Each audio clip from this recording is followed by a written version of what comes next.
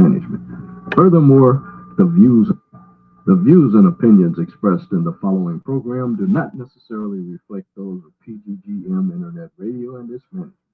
Furthermore, the views and opinions of the guests are the views of the individuals expressing them and may not reflect those of the host, the show, the management, or the station.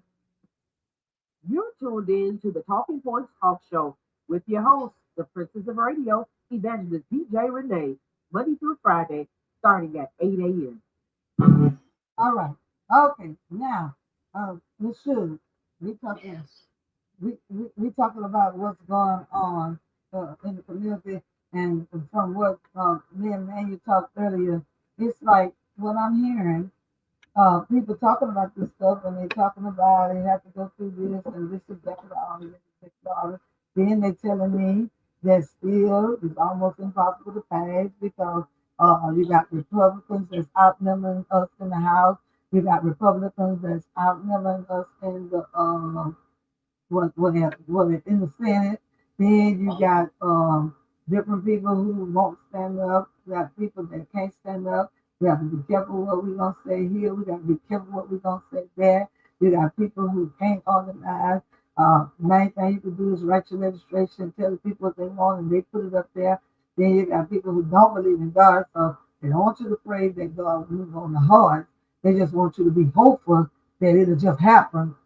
Happily that they'll change their mind and they'll become decent people with no guidance, no spiritual awareness. They're just gonna change all of a sudden, be good people, and they're gonna start voting right, or they're gonna start doing this right and that right. Then they tell me that if you get impeached, what I find out about impeachment and what I was already thinking about it is that it don't mean nothing to me because if you impeach him and he still can be in office, okay, they tell me that it is alleged that DT been impeached twice, but he's still the president and all of that.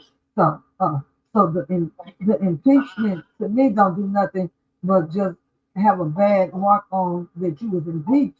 But what does it do? You're still gonna get your retirement. You're still gonna get your check. You're still gonna get paid forever. Who cares about impeachment? Who cares about something that don't do nothing but just put a flag on their reputation? These people don't care about no reputation. If they care about reputation, they wouldn't be doing the things that they're doing. They wouldn't have did the things that they've done.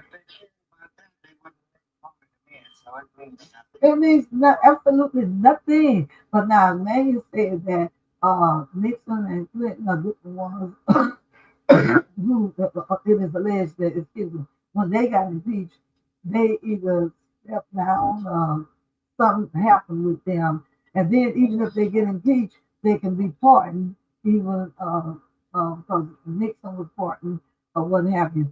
So the thing that we and I'm gonna stop there and I'm gonna let Malcolm Green finish what he was saying. But I was telling Malcolm Green if he come tomorrow to have some legit information. He was talking about something that he got off of a platform, and Manny was trying to distinguish whether he was saying directly that it's proof that DT had something to do with it, or is it that they wait, I'm gonna tell you, but is it just the fact that people believe that because of him making these teachers laws and doing all the things that he's doing, that the people are saying that it made these people do this with the airplanes and stuff, or with the last crash, or with some of the crashes. Malcolm was saying that he was basically like saying that it was facts. And, we got to be careful with that. We can't say that CT deliberately directly had something to do with it unless we have something in a reliable source. And he was saying he got it on another platform. I told him we can't go with it from another platform. We got to have the exact source and know if it's reliable. I saw what I know what you're talking about. That's a theory. It's not proven fact. It's theory that these incidents could have occurred in a certain manner. Just like there was another gentleman who a retired aviator, and he went through a video and showed what was plausible, what could have happened by the helicopter seeing one descending plane and didn't see the other. It was four planes coming in for landing, and he spotted the one plane that he hit, but the plane that he missed, but there was a plane behind him that the helicopter did not. There was a missignal, miscommunication. Okay. Okay. So there's gonna be theory in everything, but you're correct. It should be verified from a legitimate source. Because TikTok people make all kind of stuff that appears to be true, factual, but in fact it's not. Right. So we have to be careful with that because our life can get uh, tagged and we can get in trouble. And I sure don't want the what y'all call them the FBI coming knocking on my door. And or either the martial law people coming trying to arrest me just because I'm trying to talk about my society and my community and what needs to be done for my betterment and for my people betterment. So I ain't trying to harm nobody. All I'm trying to do is get down to the nitty gritty of what we need to do to make sure we don't let nobody that completely destroy our country. Now, when it comes for the impeachment, Nixon got Excuse me. impeached, and there were conditions on his impeachment. He had to leave, or they were gonna put him in jail. They were going to put him in jail. So, but that they had the power to do so. We have a problem because the Republicans hold both houses, and there's no balance and check with one party holding all of the power. And they, as early as day before yesterday, they called for Elon Musk to bring him to the floor and discuss what is he doing, who gave him the authority, and why is he there. They wouldn't, the Republican Party would not agree, and that's concerning to me. They would not give Congress the power to do so, to pull him on the carpet and find out what's going on. So they are either in cahoots and no, and they're not representing the people or telling the people what's going on, That part. but just agreeing with the action blindly. And see, that's what I was telling Daniel earlier. I got a problem. Our Yeah. people, our Congress up there, whether it be them or whether it be Republicans, somebody seems like they in cahoots together to just to let anything go. And The Dems are requesting us to come in. I don't know if they got in when they went over there, if they got in. We are going to have the resistance because they hold both houses. And anything we want to find out or do, they're not going to allow it. And that is not, they should be concerned. Every Republican voting for a Republican should be concerned that your leaders do not want to know what's going on with your information or what is the plan, or they should be upset that they're not even letting us know. I'm trying to figure out as of yesterday how to arrest Elon Musk myself. and see, that's what I was telling Manu. We should have some kind of way that the people out here or somebody needs to be able to get together and stand. People, retired veterans or somebody, retired people. I told them that I got the platform, so I'm doing my part. So all the letter writing and stuff. I need somebody with the right education that can word the letters right. I need somebody else to do that part. I'm doing my part.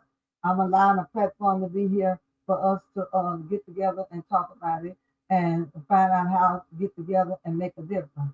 So where are these people? We need these, and I know in different cities I see people protesting on the news or whatever, but we need all 50 states involved, and we need some key people in these states. And like you said, some of them that's on different seats up in the offices, they don't want to lose their jobs. So therefore, it has to be civilians and it Or has they to be. can't do their job. That's what we do. So my point is saying that it's like in state, it's like encouraging people, even if even if you're someone who usually votes Democrat or Democrat, even if that's the case, and your representative currently in Congress is a Republican, I'm still encouraging people to reach out to their representatives because at the end of the day, even if you're not a Republican and you didn't vote for that person, they're still there to represent you. Like the Republican Party, whether your politics is the Republican or Democratic Party, once you're in office, your job is to represent all the people in your district, not just the red, not just the people who voted red. Like that. So Democrats or anybody who leans progressive or anything, even if your representative is Republican, you need to be putting pressure on those people to do the right thing to actually represent you. If you're in a situation because right now in the House, as far as impeachment goes, in the House there's a few Republicans who are willing to vote to impeach BT. But right now the Republican leading that charge. Last I heard a couple days ago, they needed two more Republicans to split. Now the thing about impeachment, yes, if only if the House impeaches but the Senate doesn't convict, that doesn't remove someone from office. But if we can get the House to impeach and the Senate to convict this time, if we can't manage that, at that point, the important part about that, even though you can say that impeachment, in and of itself, isn't a good enough deterrent because someone like BT doesn't give a damn about being impeached. Um, but if they manage to convict in the Senate, that means he would be removed from office. To be removed from office, there's a lot of laws that are just waiting to be filed the moment he is no longer president. And that's the important part about getting that out of office. So even if you don't think impeachment in and of itself is a good tool, if we can get not just the impeachment but the conviction from the Senate, in that case, yes, then all of a sudden BT can start being held accountable for a great many crimes. Probably not any of the crimes that he's committing right now, because thanks to the Supreme Court decision saying that any committed that as a using presidential power, he's immune from criminal prosecution. Okay, when did they pass that? Did they pass that since he been in the office, or was that already passed? That was last year. Biden was in office. Yeah, Biden was still in office. But they passed it because, so at the time, there were a lot of criminal charges being thrown at BT, and many of them charges that he was doing during the criminal actions he took in his last presidency. And the question came up because of that, whether or not a president has immunity from criminal charges, and the current corrupt Supreme Court decided, yeah, that sounds like a good idea, even though the Constitution very clearly shows that that's not true, but they're the ones who get to interpret it, so that is currently the law. Currently, presidents have immunity for actions taken using presidential power, even if the action is criminal. But there are still actions that clearly weren't done with presidential authority that he still committed while he was in office last time, and after he lost the last election back in 2020, after he lost, there were criminal actions that he took after that. So on federal and state levels, there are criminal charges that people are just ready and waiting for the moment that he is no longer president of the United States to start filing them and charge him with them. The most that conservatives could do to shield Trump from that, working to be removed from office, would be J.D. Vance pardoning the federal charges. Whether he did, I'm not sure, because J.D. Vance only really seems to be saying Trump lacking to the degree that Trump is useful to him. But either way, there will still be state criminal charges that those state criminal charges have. He's looking at prison time. He's looking at a lot of prison time.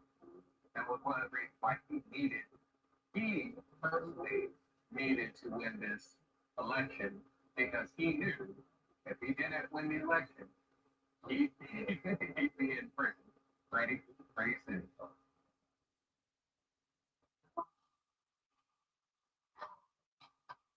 Well, I don't know. We have a number going on here. I'm tired. I don't know what we can. It's just, this is bad that we're in this position. Like I said, the most that, all right, so there are several things that American citizens are able to do, like those of us who are politicians. One of them is work together, sign any petition that is focused on combating whatever BT is doing. Signing petition, even though that doesn't seem like a lot, if you get enough signatures on a petition and you present that to a congressman, they're gonna start going, oh, I want to get reelected, and there's a lot of people who just said that. So if there's any petitions, especially going around your districts, your congressional districts, try to figure out what they are and sign them, or you can start your own petition. Start your own petition. Use social media. Use your networking within your community to get signatures on it and then present it to your elected officials. Put pressure on our elected officials because it is still the case that we are not under still the case that we are still under a democratic republic, and as long as that is the case, we still have the power to put pressure on our elected officials, and it's just a matter of whether or not we wield that power or not. If we are not willing to go and make our voices heard before those elected officials, then we're not doing we're just letting it happen. We need to actually organize within our communities on a grassroots level, start getting voices heard towards our elected officials. And if you are someone who is able to do it, and you have progressive ideas, and you oppose what is going on in our government today, and you have the capability to do it, run for office. Seriously, run for office. You can do it. Do it. Because right now we need to get these people who are stubborn and both Democrats and Republicans who just refuse to actually do anything about what's going on right now. We need them out of the way, and we need real progressive change in this country that will benefit the American people as a whole, not just rich billionaires and the corrupt politicians who are on their table. Yeah. And that is for sure. Stop 1 minute, y'all. We would like to welcome Marie in. Good morning to you, Marie. Okay, and we would like to also welcome my girl. I'm excited, y'all. I done got excited. We would like to welcome my girl in Better Bobby. Good morning. How you? Told you I'd be here.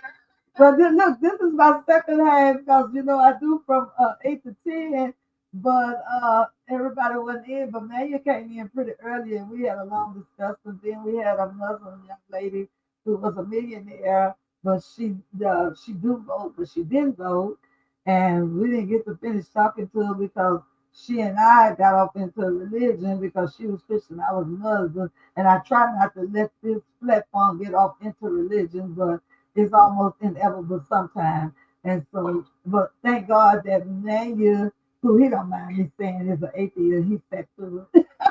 Because he always do, because he's like you that he was once a Jehovah's Witness minister. So he knows, he said when he comes to my platform, he knows who I am. So we both respect each other. But I still needed to hear what he had to say, I hate to just talk about it so much while he's on the platform. He know, even though like you and him, y'all know I still got in the back of my head, God don't come through one day. But that's just me because that's what I do. But anyway, we're happy to have you in here too. And we want to respect your presence. And we done talked about so much, and I keep having to repeat it, but we won't repeat it, but we will go forward. But I will tell you this much. Um,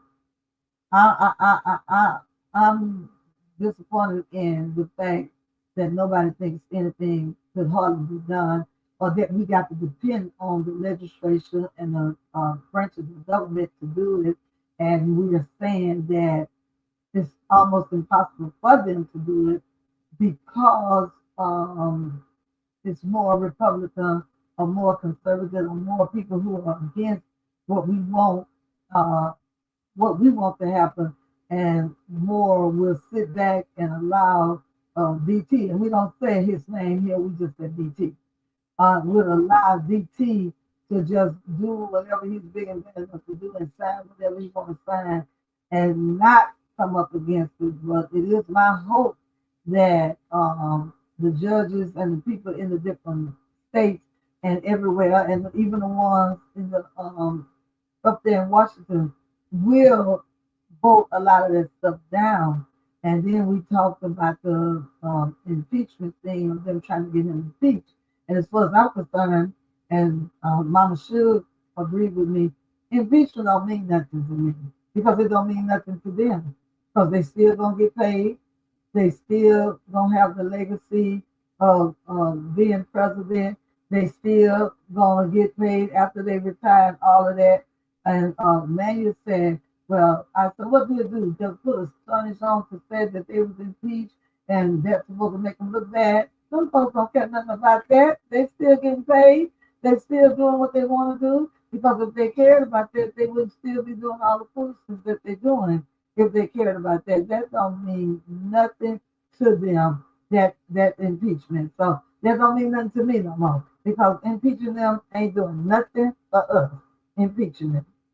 Just The only way that impeachment becomes something more and strips them of all of their presidential accomplishments and everything, and all of their presidential perks, I guess you call them. You know, having money for the rest of their lives and all that stuff. Watch yourself, girl. Watch yourself. You faster right now. Yeah, I told you I was gonna have a hard time. Okay. Anyway, I asked my husband about that. Wait. Stop. We got one person at a time. Go ahead on, brother. okay. So what happens if there is enough people in the Senate to convict of the impeachment? Impeachment is the process. Wait. Brother. Conviction happens in the Senate. Wait, brother. Okay. Emmanuel explained all of that. It's on this live and on my other live. He explained all that, and I'm still not satisfied. He talked about it. I understand. Because the point is you have to have enough to convict. Right. Which means you have to have 67 senators to convict, and you will never get that until there is a super majority in the Senate and a super majority in the House.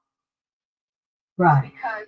Because in order for an impeachment to really get across, you have to have super majorities, which is ridiculous.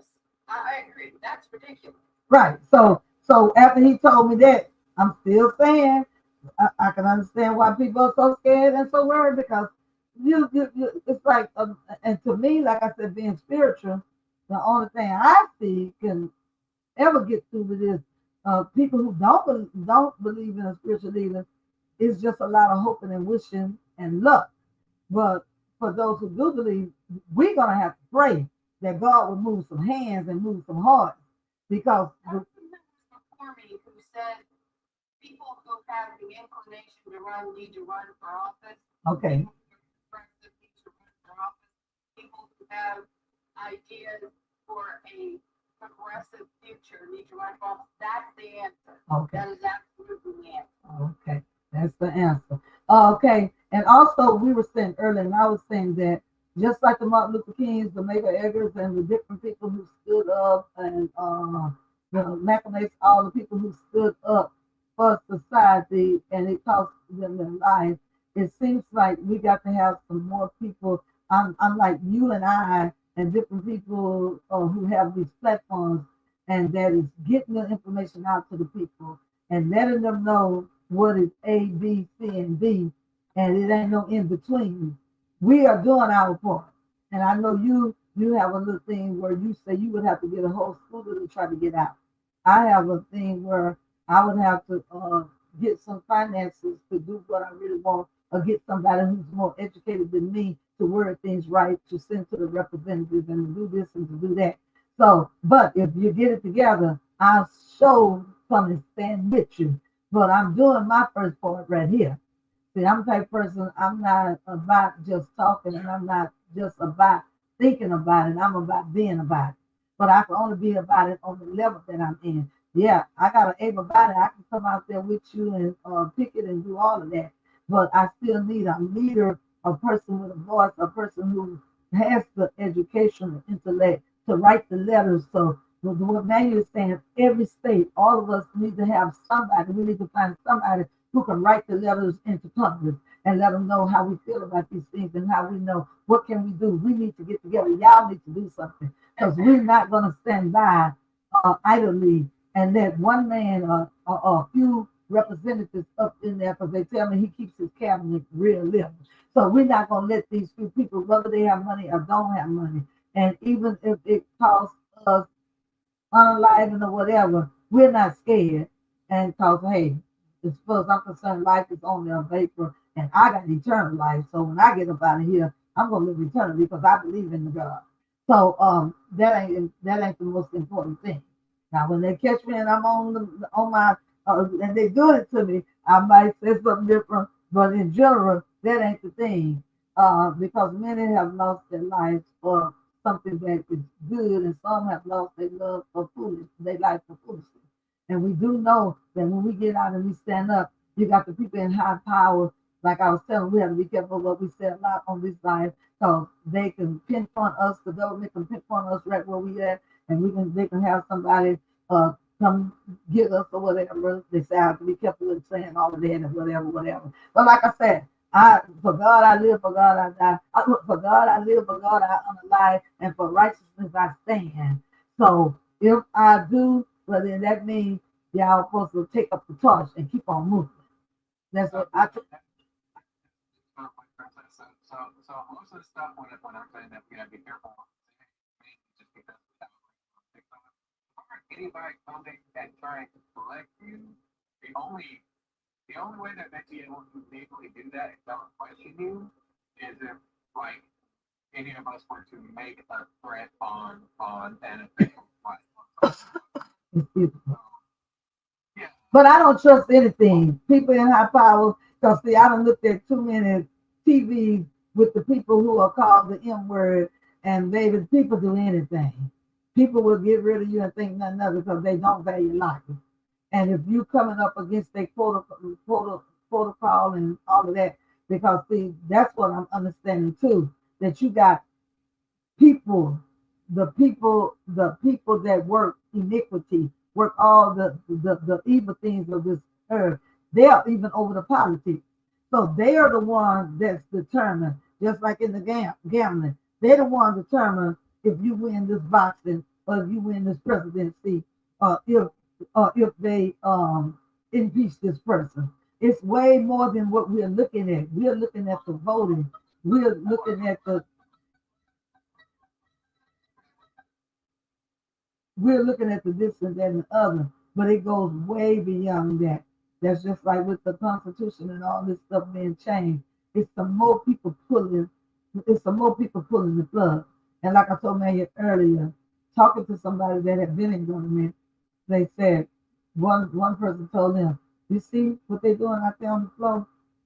Them Dems and them Republicans, they all best friends. They've already met and talked about it. They know that they're gonna go out there and give y'all a show, and that's a sad thing. We out here putting ourselves on the line, trying to get people to go and stand up. And these big time billionaires and millionaires who don't care nothing about society, don't care nothing about laws, don't care nothing about making no change, don't care nothing about the poor people, don't care nothing about the people having their own rights. It's up there playing with our lives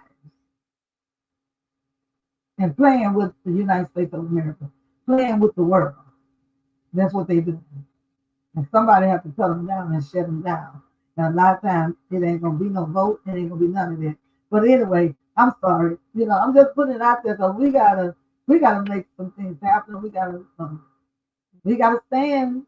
Like I said, We gotta advocate for ourselves. okay, is that Marie? We gotta advocate for ourselves.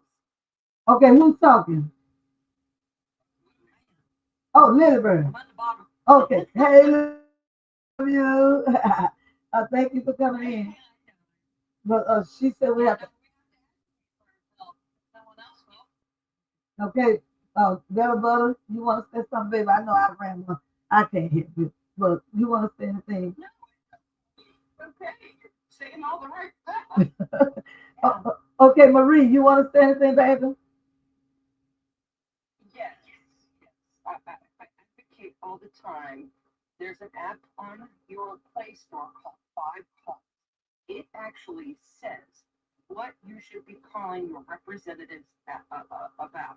You put your phone on earbuds or whatever, call them. It automatically just it does the location. Excuse me. You just have to put in your zip code. You just and it'll show you who your representatives are and who your senator is, and then all you have to do is click the button, and it's already taken care of on Five Calls. It's the app, okay? Okay, well, put that app name if you can in the comments for me, please. Okay. And inbox it to me, mention it to me, okay? Mention it to me. Yeah. Okay, all right. Malcolm Green, I'm sorry. Were you finished, Marie? No, Queen, I'm sorry. Okay, go ahead. It shows while you're holding your phone with your earbuds in your ear, you can actually read from the app. From that app, it'll tell you what you want to be have signed, said, or anything of that nature. Yes, 99.9% of my phone calls go to voicemail. I'm sure everybody here has the very same thing. Yes, it's annoying. You could call every day.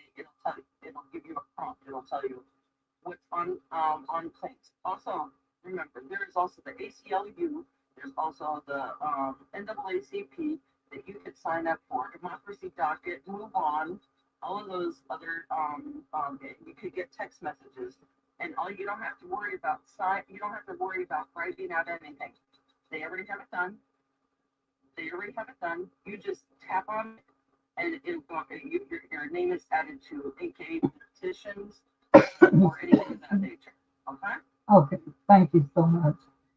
Y'all all hear that in case you didn't know about it. Mountain Green, did you want to say something else? Because I know I cut you off earlier when you was telling us about the information you were getting. And Mama Shug came in and said that it was not really concrete, but you said you was going to find some more out about it and bring it back to me tomorrow. Better Butter keeps up with a lot of stuff. Better Butter, he said that he, he was going to lie.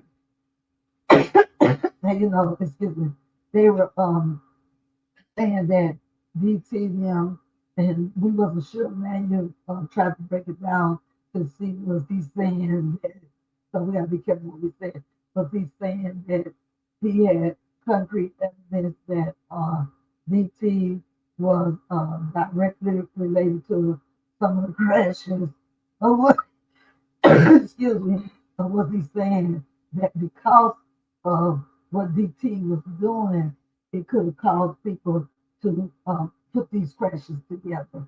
But I told him we wasn't sure what he was trying to say. So Marion asked him that, and he was just saying that he heard it on another platform. So I was telling him to be careful with that to make sure he know and have concrete stuff, so we won't get the live shit down, or we won't give out false information. Better about it. Yeah. So better about it. I've never having anything direct to it, other than that he uh, took a lot of protections in aviation away, which could cause some things to happen. Okay. Okay. Okay. So back to you, Mountain Green. Was it anything else you wanted to share with us other than the fact that you had heard that? I'm trying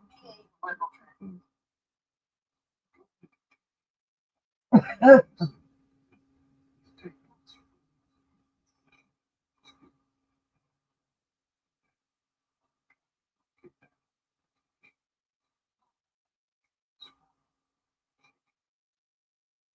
Okay.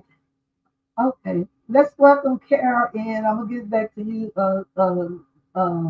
Lily. But Kara, thank you for coming in. Hey, princess. Everyone else. Yeah, we done jump on a whole lot this morning. If y'all ever want to see some of the things that we be talking about, and y'all can bring them to Beth's Tavern and help me out with them, always remember to check me on YouTube, ZRW Melody. That's ZRWMPLODIN.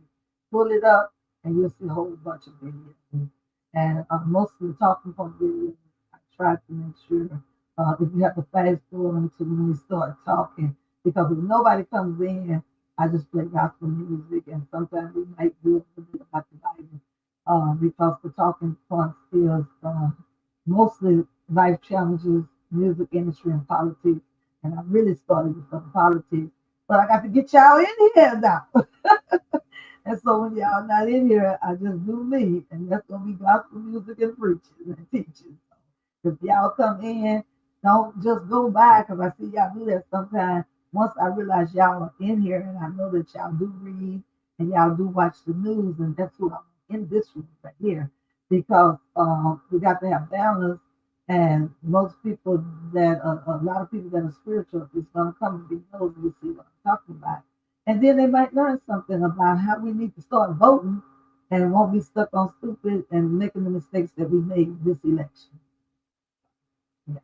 So that's nothing. Every avenue we can get, we got to get it out to the people what they need to do to make sure we don't find ourselves in this situation again. And I believe that we can come out of it, but I believe that it's going to take a lot of work. And like Daniel said, as Beth said, getting out there and doing it yourself and becoming available to be a candidate if you qualify to be a candidate and if you're going to get up there because we talk about these other people, and then we get up there and we might find out how corrupt it might be. Because if it's that corrupt, believe me, they're gonna try to drive you, or they're gonna approach you, and then you'll know what the real deal is. While we out here fighting, and some people get a headache, some people about to have heart attacks and attacks with all this foolishness going on, and then come to find out they just up there laughing at us and playing with us and having talked with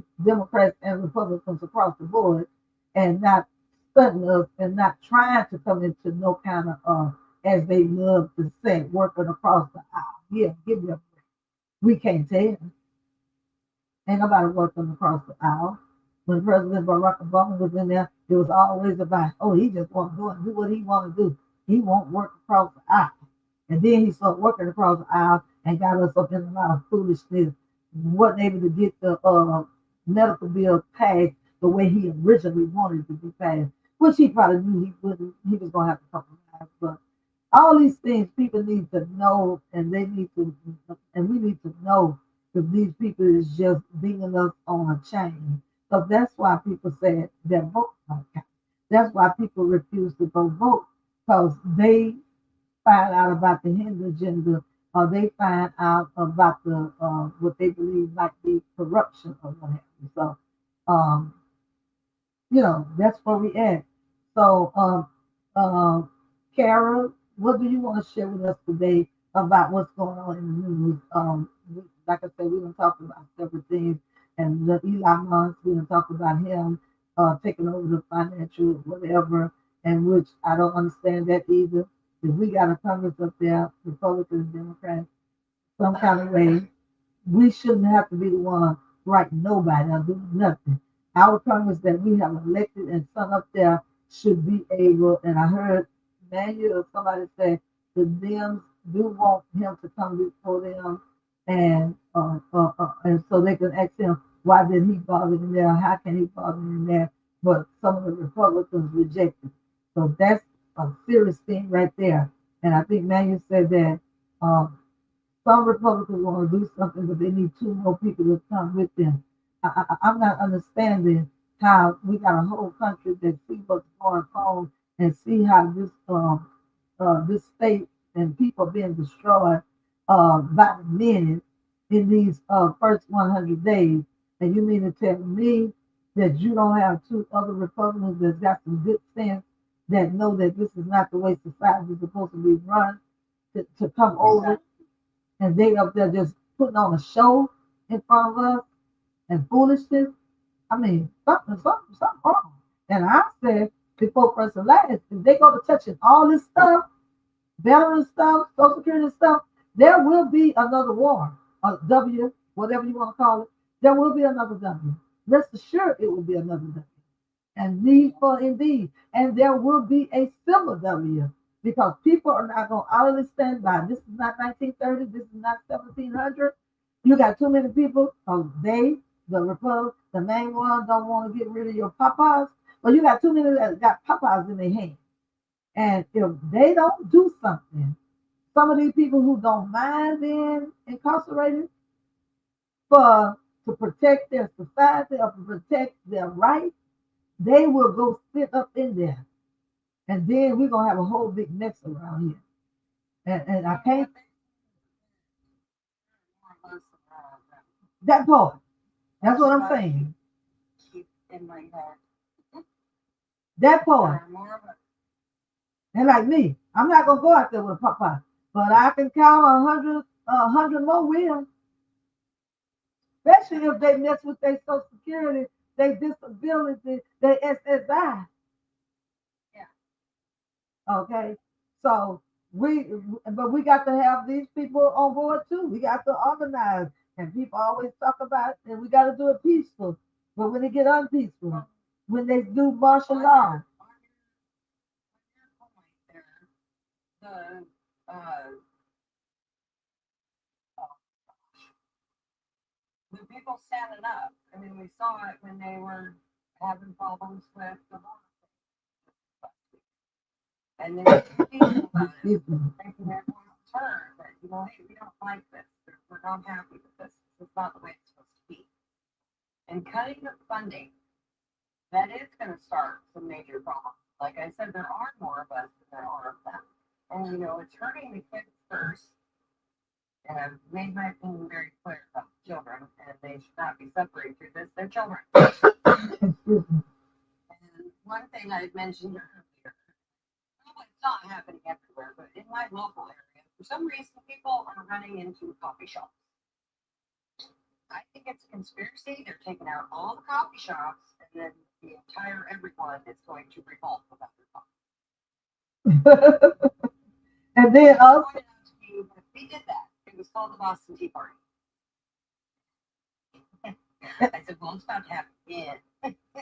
and also, Lily said that she wasn't you Lily or somebody else that was on my live yesterday was talking about how the first job of the school teacher, or it might have been on their live. I heard it on the live. That was me. They are there to protect our children all day. Well, their full responsibility is to protect our children while they are in their care. They're in their care for 7.5, sometimes 9 hours a day. Excuse me. If the programs are even available.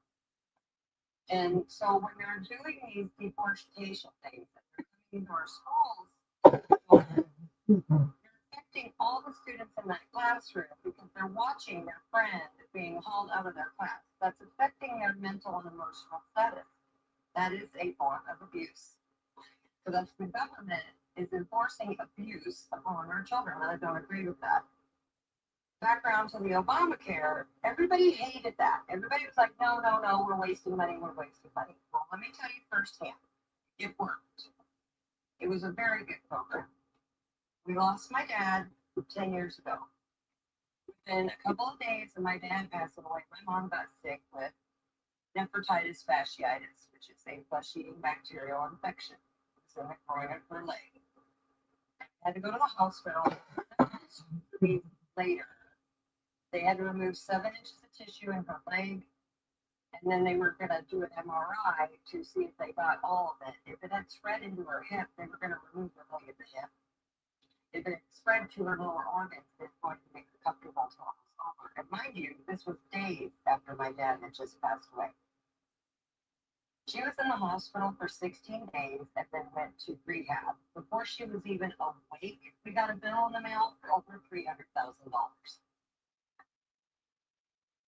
After she got out of the hospital, Obamacare took care of all of it. She only had to pay $3,000. And that was after physical therapy and rehab. Not even just the hospital bill alone was $200,000. Right. And she was still on a breathing machine at that time. So I mean, really, it helped a lot of people. There's no way I wouldn't have a home now. We'd probably still be paying that bill. And she's deceased now. So it's serious. It worked really well for a lot of people. And they hated it, but it really helped. Okay. You finished with your thought, baby? Thank you for letting me share. Okay. On what she talked about, Better Burger, what's your thought? Everybody here? I can hear you well. Loud and clear. Yes. Yeah. I had to keep my mic for a minute. I had a serious medical situation, and if it weren't for the ACA, I honestly don't like to call it Obamacare. Right. That was given to us by the fucking Republicans. I apologize. I didn't know. Go ahead. The official name. It's okay. I personally like to call it the ACA because there are people out there who say they want to get rid of Obamacare, but they want to keep the ACA. You're ignorant. It's the same thing. And when I went through a medical situation, if there hadn't been the ACA, I would have had to have paid probably close to $1 million. Oh. And I probably would not have anything. I looked at all the bills afterwards because I had 3 surgeries within the same year. Yeah. And so it is pathetic that the Republican Party let their constituents believe that Obamacare and the ACA are 2 different things because it serves them.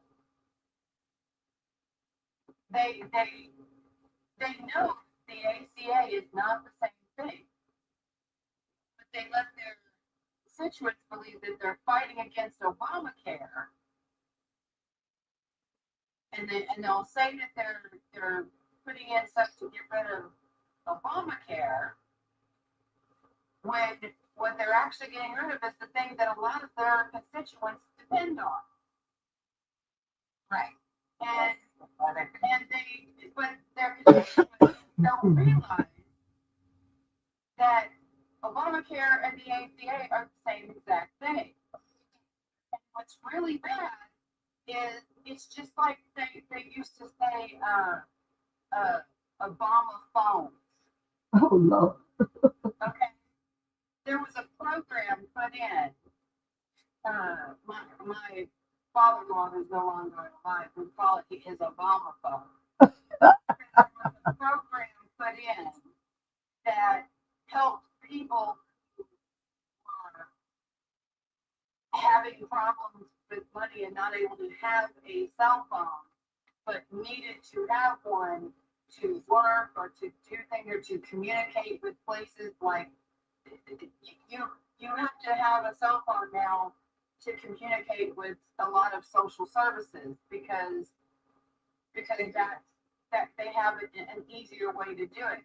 And if you don't have a that has Wi-Fi that you're paying for, you have to do it outside of that place.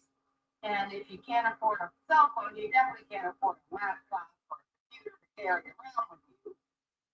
So they were giving these phones so that they had the ability to call for their social services and be able to get on websites and all that, and giving them just so much discount on that some of them didn't cost anything at all to have these phones,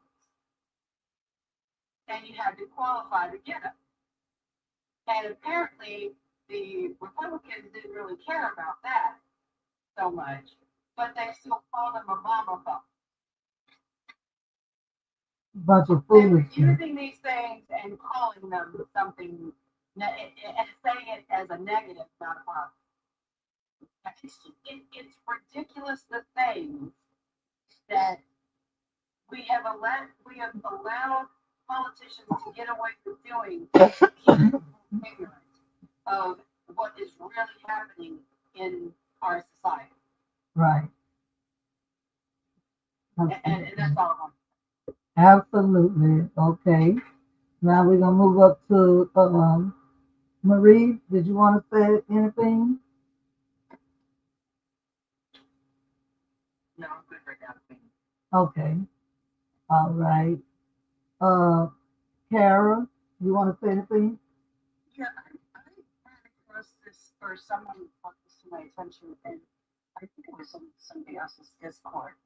So, of course, there was another executive order about reviving the federal death penalty. Okay. Been a lot. Pardon me? A lot. I'm sorry. A lot. Yeah, I'm sorry. On the live educational purposes, TikTok. Sorry, local TikTok shop. Go ahead, Kara. Anyway, so there's part of it that says the policy set forth in the March 20th, 2018 memorandum entitled Guidance Regarding Use of Capital Punishment in Wrong-Related Prosecutions is hereby reinstated. In addition to wrong-related prosecutions, the policy shall also be applied to cases involving Excuse me. non-rogue capital crimes by cartels, transnational criminal organizations, and aliens who traverse our borders and remain in the United States without legal status. Now, what do you think that means? It sounds to me like eradicating anybody you catch. Right. Right. Well, that last bit, now I might have heard wrong, but that last bit just sounds like Excuse me. of being here undocumented is what they're saying is sufficient to warrant the unalived. Right. That's what I know. I wanted to make sure that I wasn't seeing things here, but yes. Now, where did you get that from, Kara? This is the actual, it's Office of Attorney General, departments from the Attorney General, and the subject is reviving the federal unaliving penalty and lifting the moratorium on federal execution. And now you say it's from the Attorney General and federal. And what sauce? What sauce is it in? Their sauce? This is the actual memorandum. Oh, okay. You can find it on the website for the Attorney General of the United States. So you can get that from a government website. Okay. Justice.gov, but Excuse me. Office of Attorney General and Okay. reviving the federal unaliving penalty, and it came right up. That's why I want y'all knowledgeable, smart people up in here to let my people that might listen to this video when I share it on Facebook and YouTube, and those who might pop in here and TikTok, they need to know truth, and then they need to know how to get their mind right, organized, and then write legislation, and then have these protests and do what you got to do, the best you can, and peace the matter. Did you want to share anything else while you were there? No. That's great. Thank you. I just wanted to thank you for the information because I did not know that either. I read a course in that I think it was somebody else's Discord, not Ben's, but and this she said the same thing. Am I crazy? And so I pulled it up and someone brought to my attention that paragraph. So Okay. even though you can find it. Thank you. Thank you for the information. Okay. Well, Mountain Green, did you want to ask anything of these ladies or ask anything on what she said, or you just want to continue to listen? Okay. He's doing something, he said. Okay. I would like to say something Uh, on what you said. okay, we got that up in the big box. Go ahead, baby. Okay, so here's something that people need to understand about immigrants crossing illegally or how they are undocumented. Mm-hmm. That is a misdemeanor, not a felony. That part, yes, I forgot that part. Yes, that is a misdemeanor, not a felony, and they have once they cross, they have I think it's 30 days to report to immigration to try to get their information. So you can't, they can't be arrested or anything for just coming across. Or they can say, "I seek asylum." They can say that they are coming across to try to go through the right process, but didn't know where they were going, and the people are supposed to escort them to where they belong. It's 1 year once you're here, but if you're at the border itself, I think you have 30 days to get there. Or at least I think it's 30 days. If you're at the border, you can't just stay there. You can't hang around. They're not going to do that. So if you are like camping or something there, they can say, "Look, I can take you over here and seek asylum." They can't say, "Do you seek asylum?" People have to actually say it to them. I understand that. That's to be true. And also, I think something is 30 days. And I do believe that if you're staying at the border, you need to be getting to a place to be processed within 30 days. Okay. But you have a year to do it if you cross. Okay. If you cross and go somewhere, whatever, and work, do stuff, you have a year to do it. Okay, so if you're within that area, they have to try to get you processed within 30 days. So that's the law right now. Before we started. Okay. I'm sure that it would be because it's been a while since I've read the executive order, but I didn't hear the end of his term as president. He had signed an executive order, kind of changing the laws for asylum a little bit. That executive order stated that so our asylum laws say that you can cross at any part of the border, doesn't matter how you get into the country. Once you plant your feet, you turn yourself in to claim asylum. Now, Biden signed an executive order saying that now they must cross at entry. They must come in through a legal port of entry. In order to do that, so it might be the case that you might cross through a legal port of entry and then 30 days from there. So I'll remember changing the amount of days that they have, the amount of time that they have, just that they have to cross through a legal port of entry. And think of the thousands. Right, I could be wrong.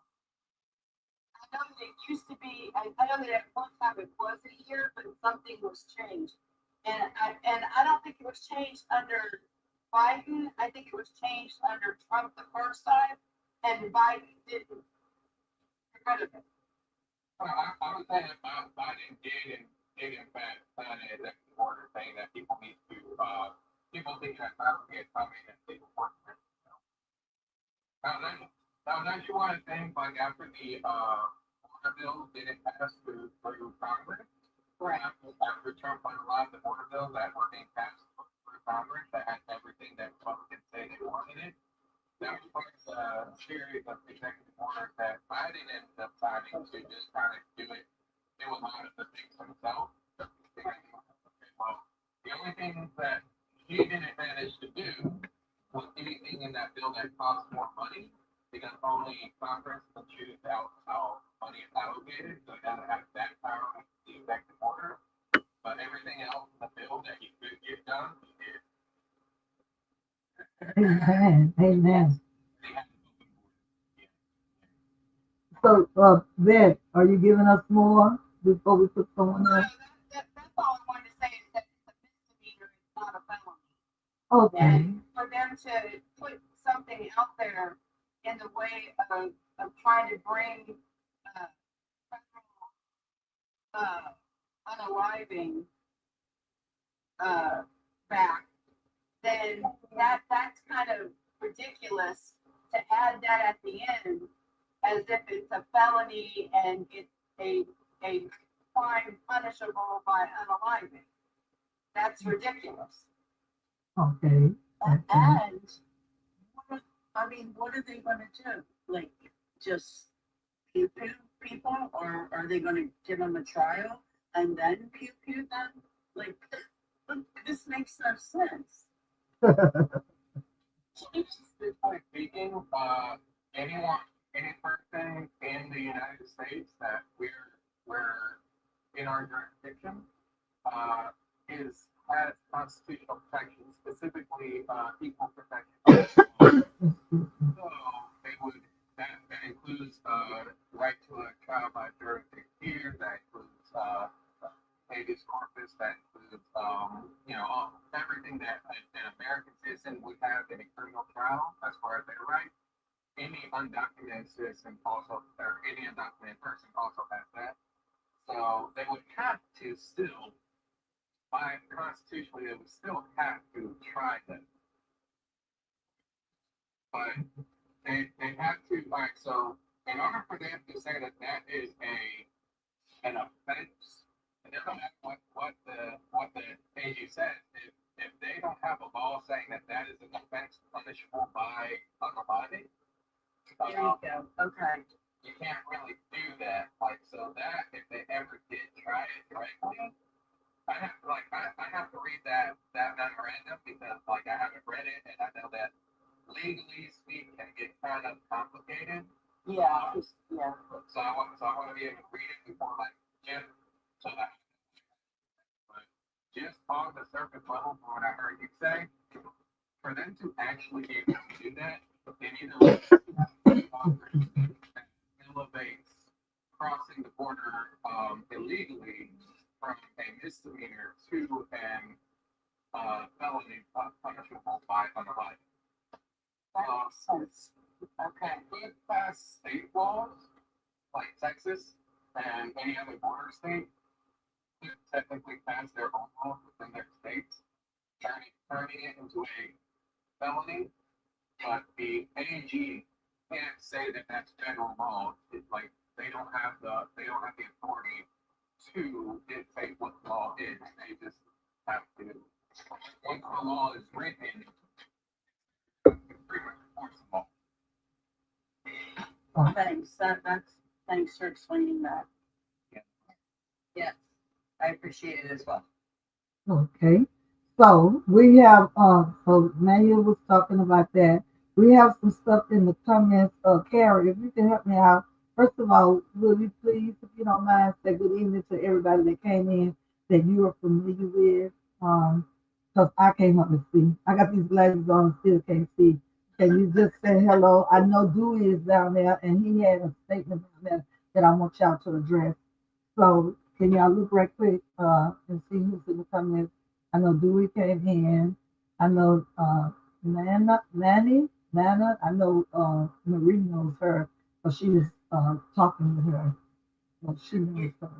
Dewey said he signed an executive order to remove anti-Christian bias out of the field government. So I think, yeah, I know.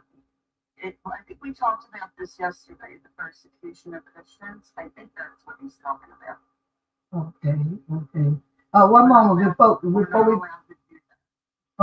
we go in it further, Kara, the gentleman that I just brought up requested up. Can you state your age? Come off the mic that just came on the stage that was not in the room. I'm 47. Okay. Can you state your political affiliation? I'm a Democrat. Okay. Were you a supporter of Harris? I will support it. Oh, okay. All right. I think we ain't gonna have no problem. I don't think we're gonna have any problem. But you wanted to come up. Was it something that you wanted to share on what they had just said? No, I mean, it's just, it's almost like, man, I have a book called Black Massacres, and one of these massacres in the Wilmington riots, it's when white supremacy took over the government. White tea. That white tea. White tea. And when you use his name, said DT. Okay.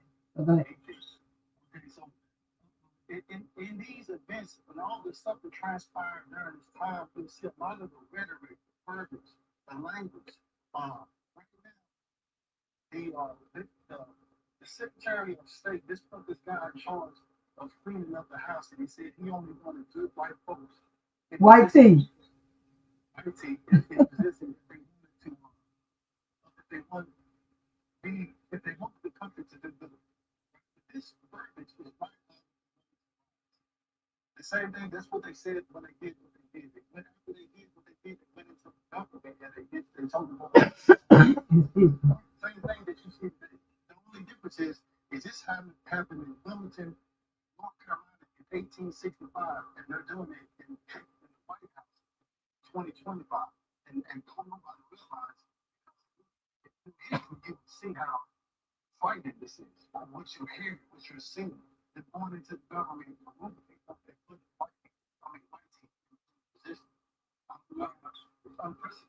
It's crazy, but I'm seeing it, I'm hearing it, y'all talking about it now. We just had so many plane crashes. Y'all seen that? Yeah, I saw the one that's missing in Alaska. Yes. Oh, so that's another one. That ain't the one that was in the community the other day.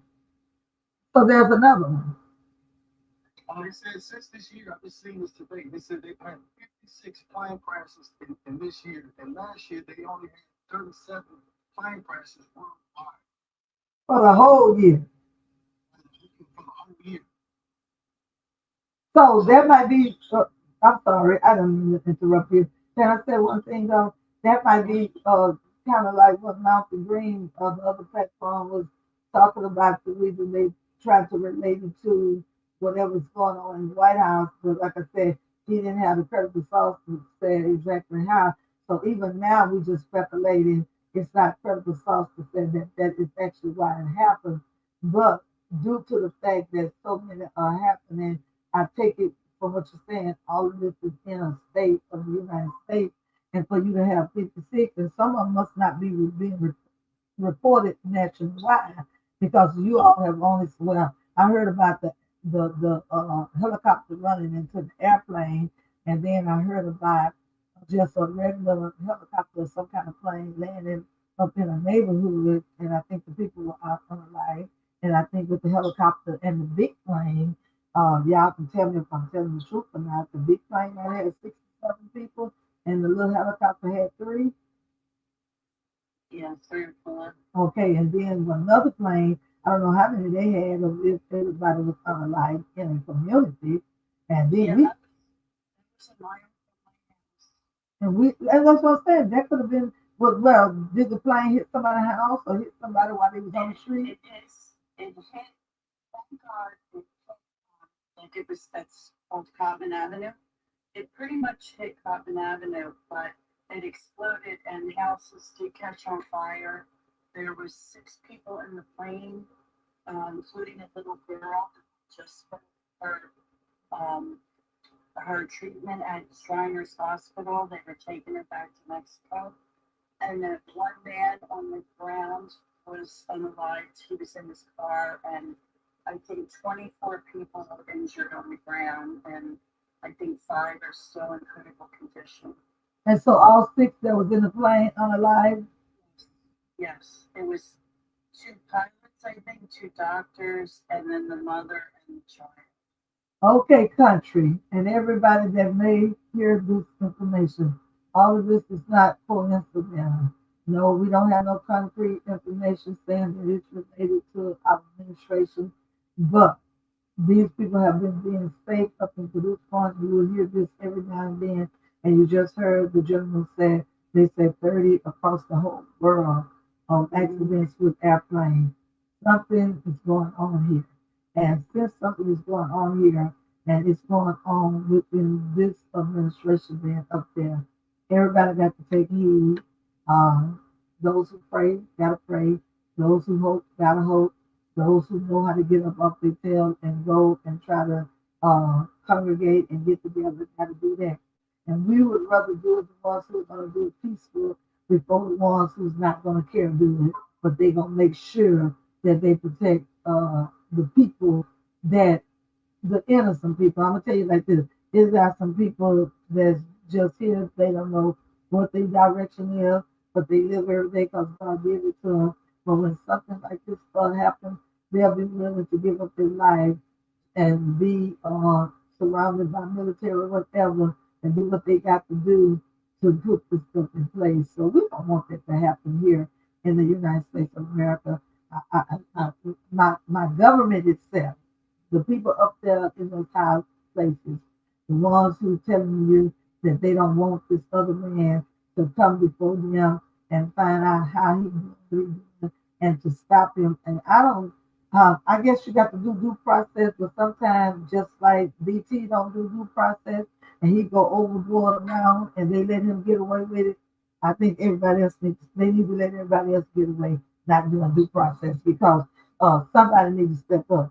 To me, it shouldn't be that hard for people to step out and tell the president, I don't care who he is, head in chief or whatever, there should be enough politicians, Democrats and Republicans alike, that will not be scared of their pensions. Because one thing about it, once you get him straight and you get him right, get him out, get all out that ain't right.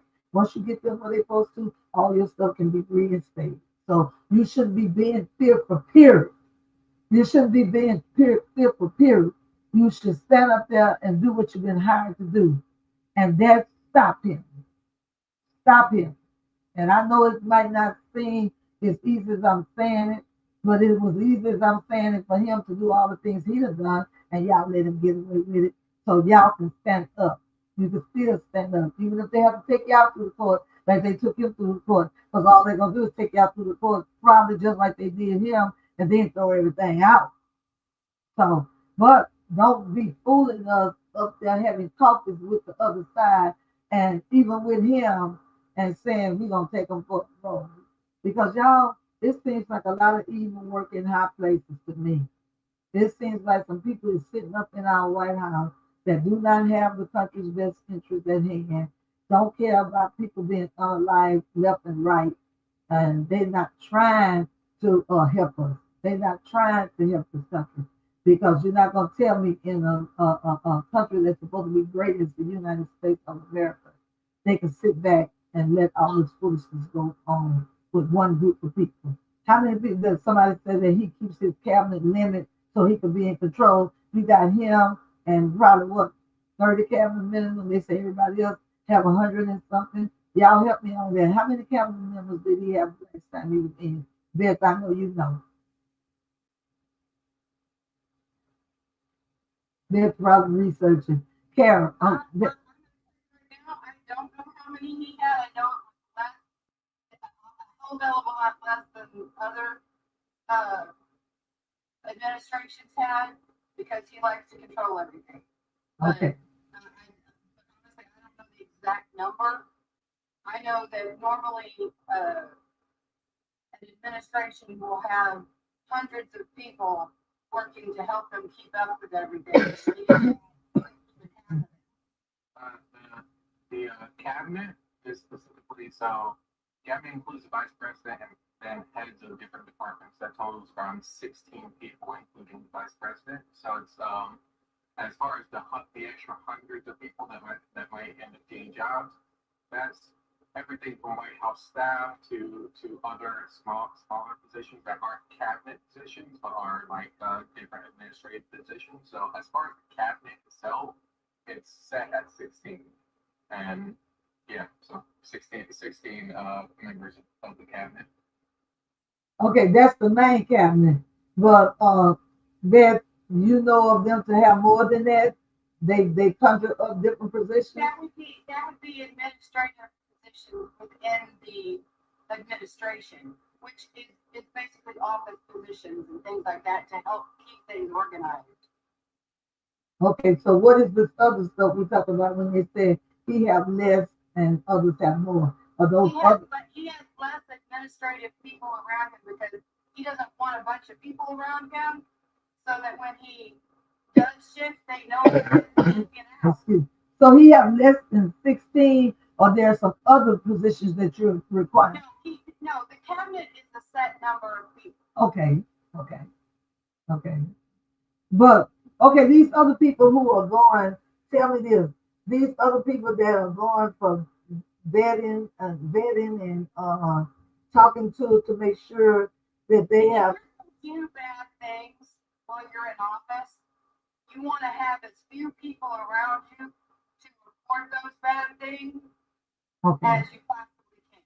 So can he have? If you do bad things while you're in office, you're going to have as many people as you possibly can to help you organize things and keep things done properly. So are you telling me? I'm just asking. Are you telling me that there are 16 administrative people? Are those the same people that's being vetted now for positions? Those 16? That's correct. Oh. Can I say something real quick? I want to read something. Wait. Where are you getting it from? Where are you getting it from? This is going to be sourced from. Source is White House Archives.gov.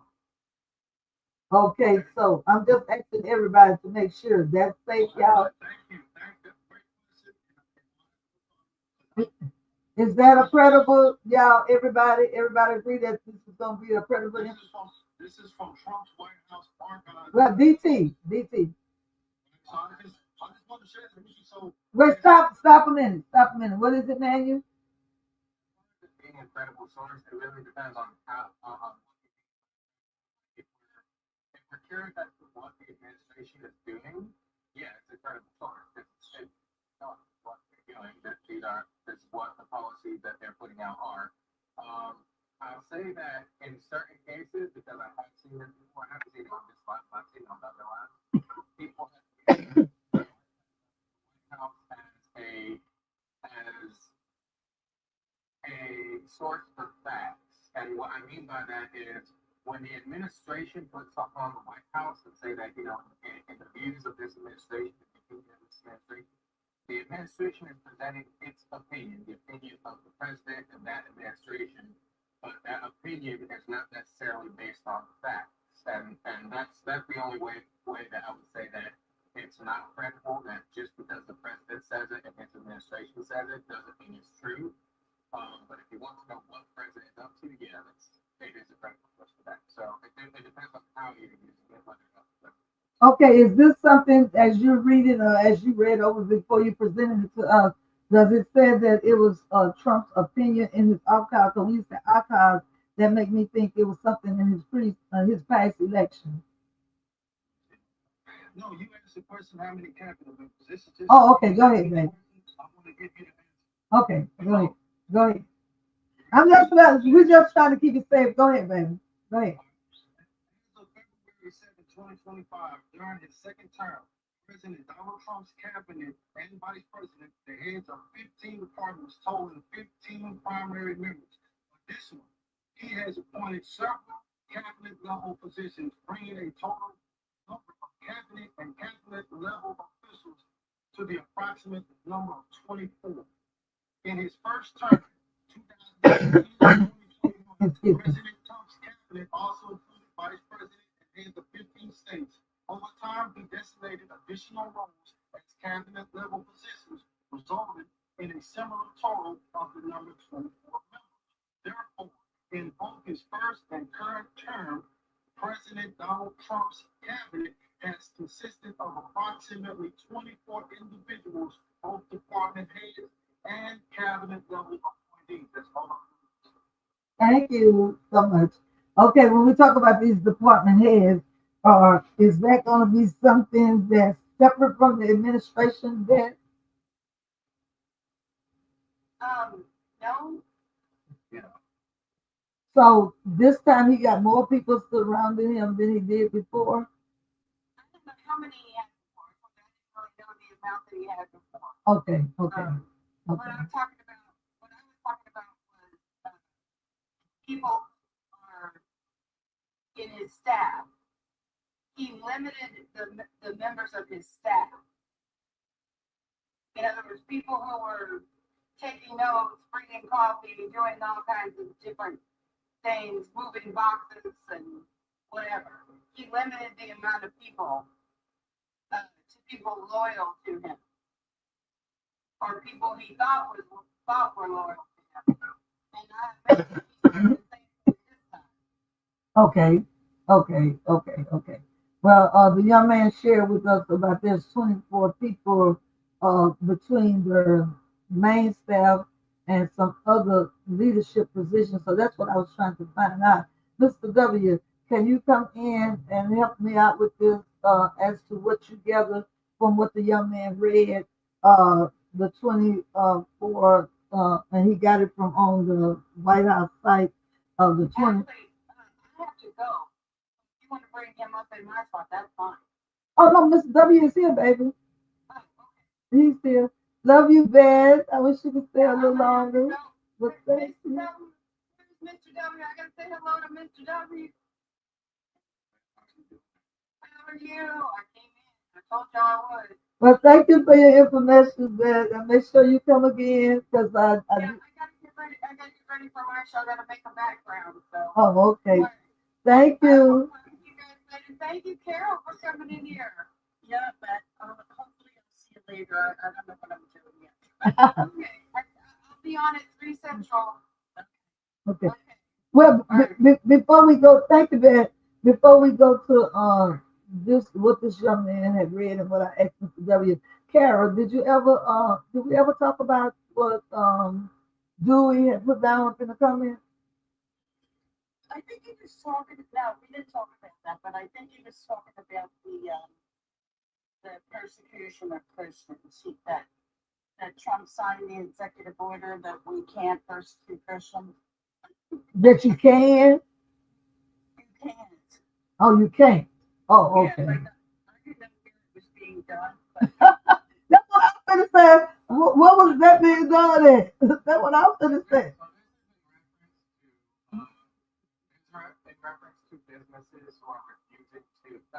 So the practical thing, what they're actually talking about is businesses that refuse to serve something like LGBTQ community or federal employees who, like those whose job it is to like judges and what have you, magistrates whose job part of their job is marrying people.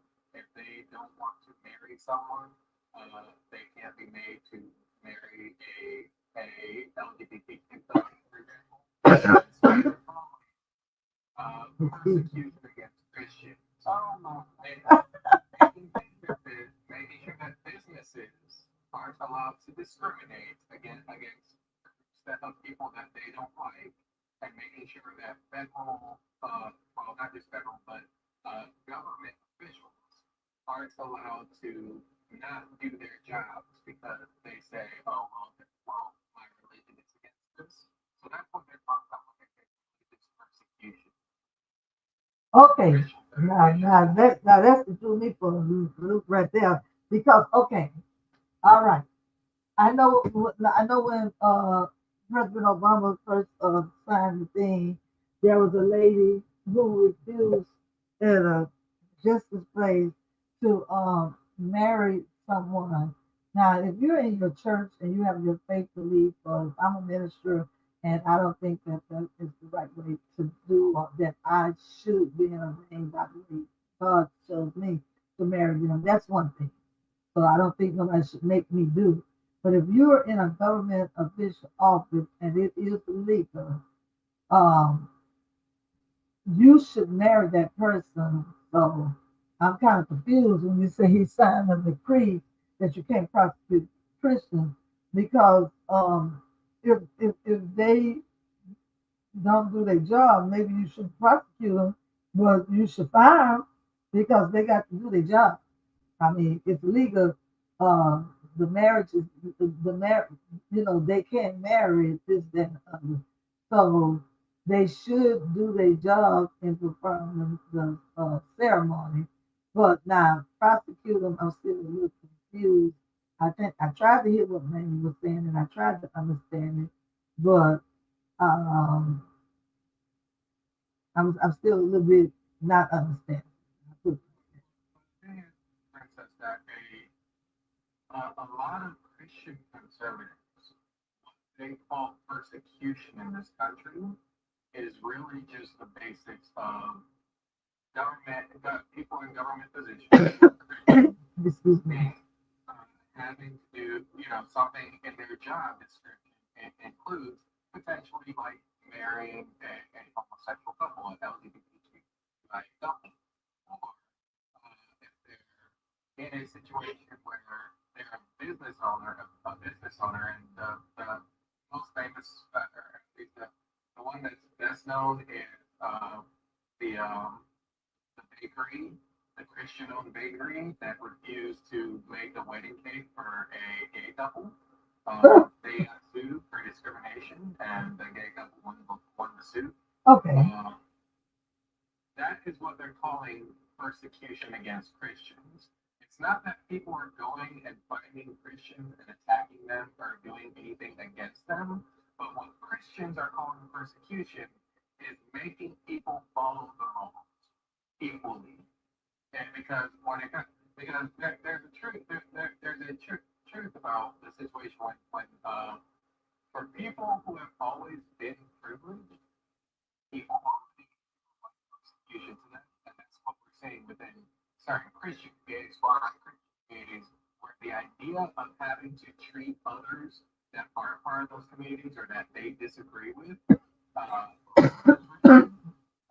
equal under law and under those protections, they feel that that is persecution, and that's effectively what DT is putting his executive order out against. The idea that Christians have to not that they're being persecuted, but that they're feeling persecuted because they have to actually be equal to others. But like I said, the only thing I'll say about that is that if it's a church and they're established, I don't think the LGBTQI whatever community should pick with the church house or the churches when you know what they stand for and try to make them marry you. So that would be a part of persecution. But as far as when people work up in a public place and that is legal to get married, or even people making cakes for people, you shouldn't discriminate against a person that's trying to marry who they want to marry. No, that's not persecution. They are not persecuting you because you're really being mean. That's what you're being. You're just being straight up mean to not make a cake for a couple, and they are a person that is coming to buy a cake. They're not persecuting against you because they want you to make the cake, or they gonna sue you for not treating them equally, or not or this what you said, discrimination against, because that is discrimination. That's discrimination in every sense of the word. But when you come to separate a church and state, when it comes to a person being pastor, a person being an evangelist, or a person having a church, but that's totally different. That's a separation. You can't tell no church that they got to do this just because it's a law of the land for a people to get married. That has to be that pastor and that believer's decision, and he will be persecuting them. But now, if they working, that same preacher, that same evangelist, if I work in the courthouse and the law of the United States said that it's legal for them to marry, I'm not doing my job if I don't marry them. So that would be them persecuting me for what I believe if I'm on a job that requires me to do it. So okay, I guess I got it. Carol, do you understand what he said? Oh, yes. I see the same thing with MAGA because they think they're persecuted because we reveal facts to them. Right, right, right. Okay. Did you want to say something about that, Marie? Okay, Marie just lit. Okay, lady. Okay. Okay, Mr. W, what you got for us, or do you want to come in on anything that we have already said since you come in the room? And thank you for being here.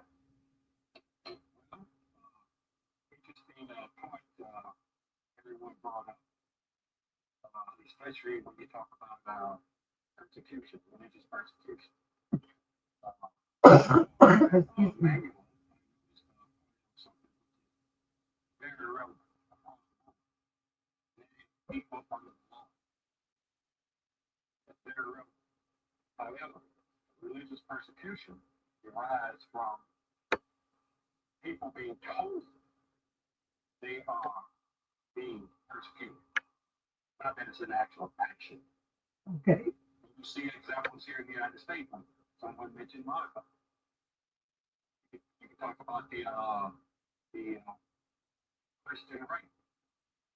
They're being told this, but you based on actions and events that they are not. So it's a perception. Now, people under the law apply it across the board in different perspectives. Even within the United States, we have two different systems related to law when it comes to religion. The federal government, the total military, have it set up law. And it's very in the military, there's a chapel, and every religion is basically covered. And there's a chapel for soldiers can go to church like in the civilian world of specific denomination, maybe Catholic, maybe Jewish, various religions. They're all there. We are around. We also have places for other religions, Islamic religion. There's a place where they can go for free 6 times a day, specific designed for them, laid out and everything, and you can walk by and see it, but you can't go to the place not to the name. These are all laws. It's also a policy for a country to get you subject. That means you are against the basic. And you have 2 options. You can be in the field somewhere where that's not required, that's a spot for you, or you can actually just leave the military. Basically, there's 2 separate set of laws for 2 different segments of society. The United States County military society. Society, they're being told certain things. And they follow a perception where in the military, it is set up in a structure. Everyone can, however, do what they feel is best at the time. Even though it's more rigid, policies, laws, and the UCMJ, and it's civilian law, it is more structured and more solid in its function as opposed to the civilian population. This makes the civilian population vulnerable. Things like what you're seeing, giving PDKT and its administration open doors to utilize these elements and strategies of the to change the government. And this is what they're doing. They're doing it right before your very eyes. You can see it. You may not understand all the ins and outs and all the details behind the scenes, but you can see it's movement. And you can feel it. And it impacts you. But we know that's happened. Now, persecution again, let me close with this. It's a perception in their case. Now, on one side, true persecution has happened. And many of us have been affected by it, have been impacted by it. My family has both sides, because I also have Native in my family. And I'm sure most of you do have some other elements of it. Somewhere in past history has been persecuted. But today, what we're seeing is not a persecution, it is a perception. And perception is a main part of psychological warfare. Get the people to see something that is not really there and make them follow. We'll close with that. Thank you. Anybody want to comment on what Mr. W said? Not really, I agree. Welcome in, Rose Music Band. Thank you. Do you want to make a comment on anything that was said? No thanks. Okay. Is there anything else, Mr. W, that's actually going on in the political arena? We've talked about it tonight. If anybody want to know what we've already talked about, remember to follow me on YouTube just in case you're interested in to find out what we said, what we've been agreeing on, or what we thought about different things that are going on because you wasn't in here. You can go to ZRW Melodies, it's MELDIES, and just pull up today's talking point show. And I have two of them. I had to end up going into a second one to be able to get some of my friends that came in late. Is there another thing about the political world that y'all saw in the comments, Kara, that you saw in the comments, Marie, that you saw in the comments that you want to talk about, hear what Kara has to say, hear what Marie has to say, hear what Marie has to say, anything, because they all keep up with what's going on in the political arena. So I value what they have found out and what they said and their thoughts. Either one of y'all have a thought to throw out there of something that's going on? I'll ask Kara first. Kara, do you have a subject or a thought? I don't really have anything else. I agree with Mr. W. Yeah, Okay. and I followed all of you guys. Okay. How about you, Marie? Did you want to, oh, you say you was doing something, but if you wanted to ask something or somebody to expound on something that you heard in the news. No, right now I'm so busy. Okay. But I'm listening. Mr. W, is there anything else that you heard that's current right now? We had talked a minute ago, I don't know if you was in here, about all those plane crashes, and they had a gentleman that was in here who said that there's been 56 that he's heard. It's been approximate. Somebody said that it's been approximate. I don't know if that's credible source where he got it from, but he said there's been approximately 56 plane crashes, but you know all those have not been on the news. I only know about the one with the 67 passengers and 4 passengers that Kara helped me with, but it was 4 passengers that the first one we heard about. And then the one up in the community was several people. I didn't realize so many people had got hurt. And somebody had got hurt. And the ones in the plane, 6 of them, she said was unalive, and a civilian that was unalive. And several people that are hurt, and about 2 houses caught fire. And then there's been another one that they said, well, according to maybe it was the other young man, I don't know. Y'all can look it up. They said something about one crash in Alaska. Are y'all familiar with that one? It's missing. Huh? It's missing. And the one on the list that I think is still missing, there were 10 people on board. And Okay. one other thing about the plane crash I told you, the one that landed near me, Mm-hmm. that plane was only in the The airport is like a mile north of me, and the crash was a mile south.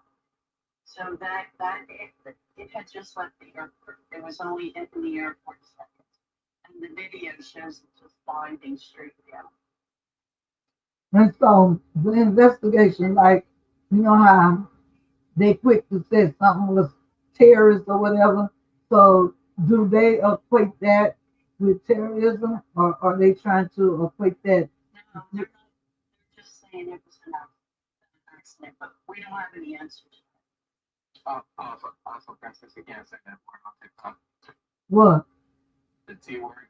T is The T word, yeah. You heard something? Oh, okay. I'm sorry, TikTok. I'm sorry, We got the TikTok. TikTok shop. Okay. We're just trying to learn, huh? But I can say T. You can say T. I usually say fear is on. Fearism. Okay. Okay. Okay. But have they equated to either any of the other ones to that? You know, there hasn't been any as far as the issues of things going down or being Mhm.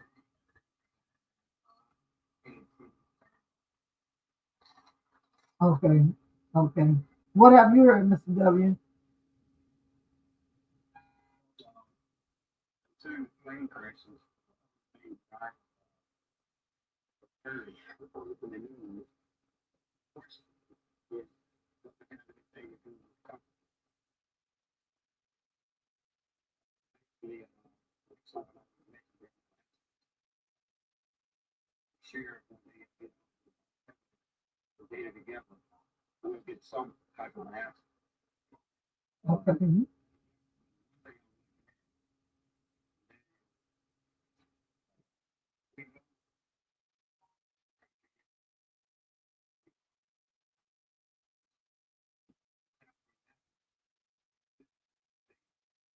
Start communication to see it.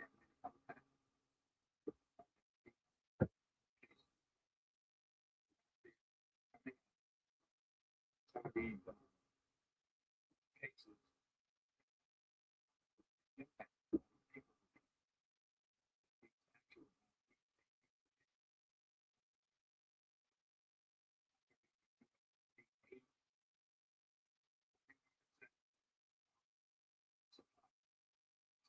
That they shut that down.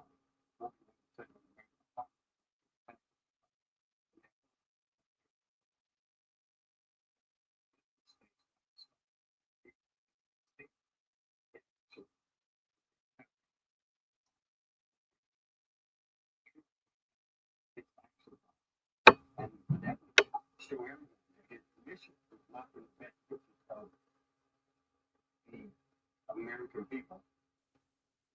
It is something else. And by now, everyone should know that something else is. Yeah, I know I'm sorry. I know the protesters understand that, but do those people that's sitting up there on that Senate and that House of Representatives, are they getting to see? Are they starting to see? They see it. They see it. Well, are they starting to make any advances? Yes. Some of them, GOP, Senate, some of the court, they're loyal. They see it too, but they're part of the mission. They want the same thing that he is pushing for the federal society, that whole game. And Elon Musk, they all want that same thing. So they all pushing the same thing. But this is pushing the opposite direction. So what may happen, there may be enough pressure to make some of them and to the city, and maybe in the courts also. We'll see with that. We've seen a little action from the courts now. We stop the citizen rights case. The words right.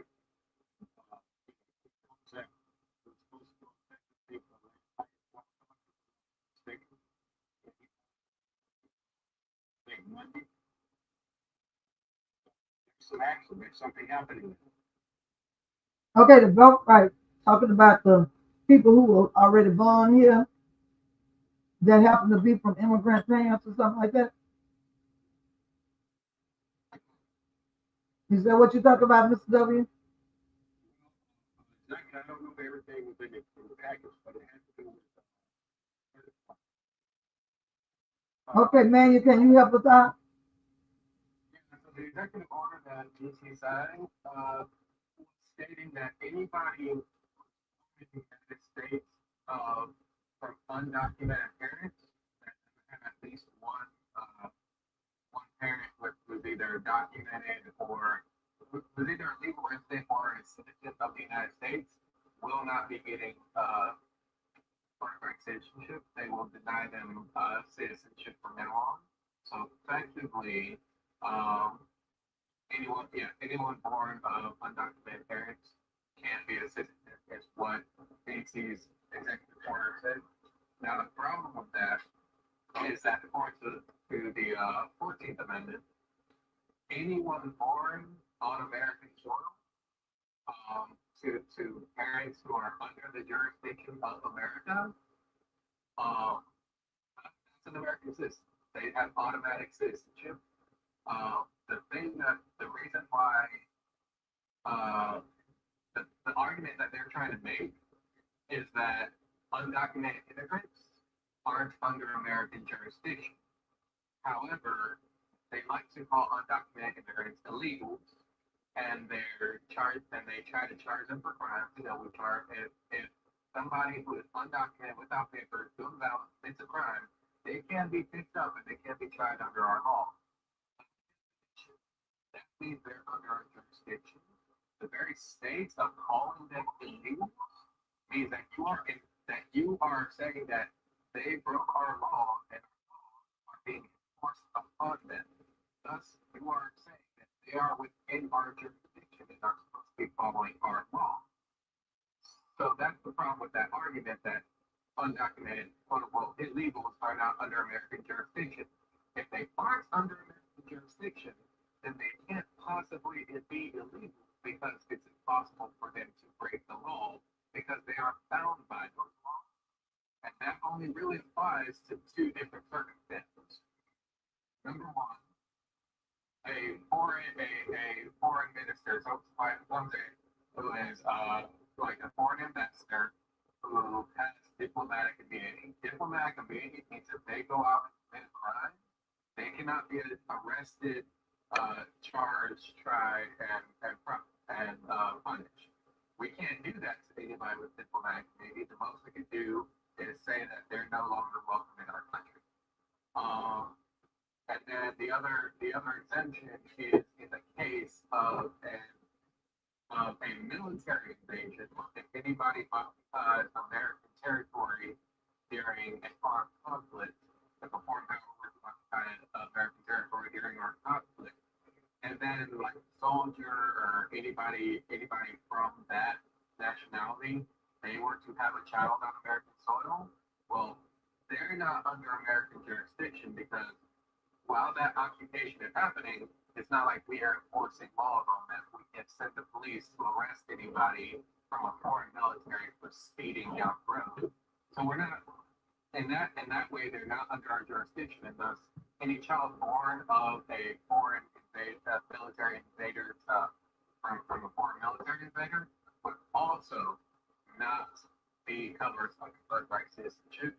So those are the two exceptions, and that's basically a breakdown of the 14th Amendment as far as birthright citizenship law. Well, the way I feel, they need to fight that because at first I was like, well, I might see that they're saying that if they're not documented or something and they're children, how do they automatically get the birthright? But then on the flip side, I look at it like this. I don't know what the 14th Amendment said, but just common sense and just reality. If they born on American soil, they're an American. I mean, that's just simple logic. That shouldn't be a question. Nobody should try to change that if that's what the 14th Amendment said. Or if that ain't what the 14th Amendment said, that's what it ought to be. Because you are native of wherever you were born in. That's just automatic, and that should be automatic. You should be considered a native of whatever you're born in. So Oh, crazy. What's your thoughts on it, Rose? I don't really have anything I can add to it. Okay. I also like to point out like one more thing. So as far as the 14th Amendment goes, so it shouldn't just be alarming to immigrants that they're attacking birthright citizenship. It should be something that's super alarming for the Black community as well, because the 14th Amendment, that birthright status, is why Black Americans are American citizens. Because that was happening. Because prior to that, once emancipation went through before the 14th Amendment, there was a big question as to whether or not Black former slaves were citizens, were going to be considered citizens. They didn't know. And the resolution to that was they were born on this soil. Because at that point, pretty much, most slaves at the time had been born into slavery. But if you're born on American soil, you're an American citizen, period. So an attack on the 14th Amendment, which was initially put in place to give the Black community its citizenship, should be a very big red flag to everybody in the Black community, because that's not just something that they're using to attack immigrants. They could very easily start trying to undo that in order to attack the Black community citizenship. Oh, you. Well, you got some detail on that, and couldn't put it in any better, because that is to open doors to other citizenship. Ah. To get to those. They've already discussed Native Americans and Indigenous. Okay, and they've already discussed trying to somehow get rid of the 14th Amendment altogether. And he's already talking about a third term already. And how many days are we into the new year? Yeah. He's talking about a third term already. So yes, that's part of the plan, and you can see it developing in little pieces.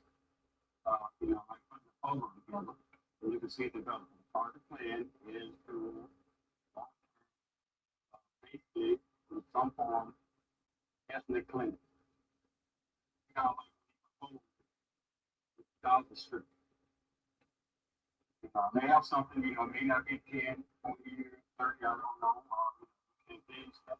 But at the pace they're moving, who knows? Like, there was a congressman in Tennessee who actually put forward the amendment. I can't believe it, that. Yeah, put forward the amendment to try to give Trump a third term, PT a third term. Yeah.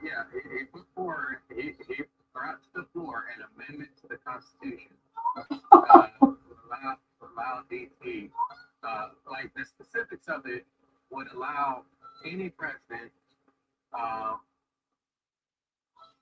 hasn't already didn't serve 2 consecutive terms.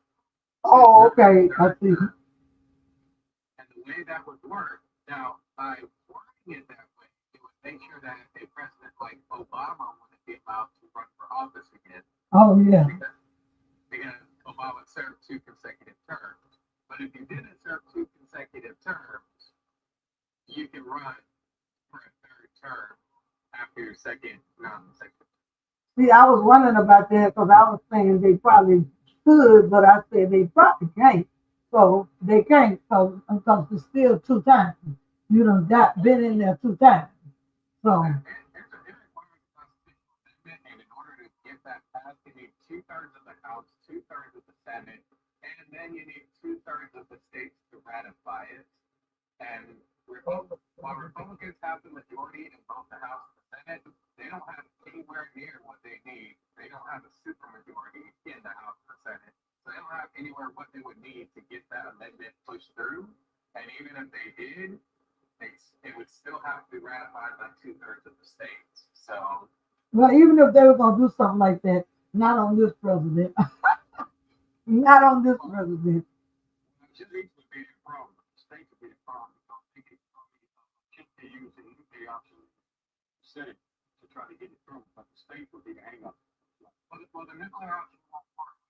It's not just that it's not just that you can filibuster it, it's the fact that you can, they don't have a two-thirds majority in the House or the Senate. Their majority is just over 50% in both the House and the Senate. Right. What I mean is they could have a rule change in both chambers. When they vote for a rule change, they could try that.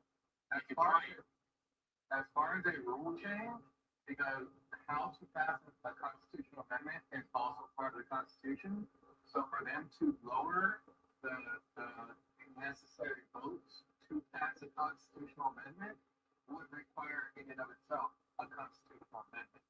So they can do a rule change where the filibuster would be able to be used, but they wouldn't be able to do a rule change that allows for a constitutional amendment to pass without that two-thirds majority, without first passing that as itself as an amendment to the Constitution, which they would need a two-thirds majority to do. Well, let me ask you this question, Manuel. Why do you think they're doing what they're doing right now, especially with the move, which you just mentioned about the representative, I think, from Tennessee? He said they've already something, and they were just talking about it 3 days ago. Now they already introduced something. So what do you think they're up to? So They don't know what you just talked about. They don't know the Constitution. They know the rules. now, as far as what they're up to, now, I can't speak to what exactly they'll do, but part of them just straight up ignoring the Constitution and ignoring the legislation altogether blatantly and saying this is what we're gonna do, get over it. They can't. That's all I'm saying. I'm not saying that they wouldn't get brazen enough to try something like that, but it is as far as the constitutional procedure and how that would work and be like a legitimate legal action, is what I was explaining. But whether or not that they care about that and how closely they'll follow it, if they were to do that, well, there's other ways to stop that. I mean, at that point, you have somebody who's blatantly saying that they're going to violate the Constitution and they don't care. Well, it's the job of pretty much most federal, like the FBI and the military, to protect the Constitution. So at that point, they would have just said they would have just announced that they're committing treason. Okay, that's very good. Let me ask you another question. Since you mentioned the FBI, sure you've been paying attention to what's happening with the FBI. Hold on, y'all. Let me end something right quick. Mr. W, let me end something right quick. Thank you guys. Thank you everybody. Thank y'all for listening in over here on YouTube as well as Facebook. I'm still on Facebook, but I gotta get off of this YouTube to be able to play it again. So thank y'all so much. And we pray that something said here will help everybody get out and make a difference in your community for what's coming and what has come. All right. Thank y'all. Okay, y'all go ahead.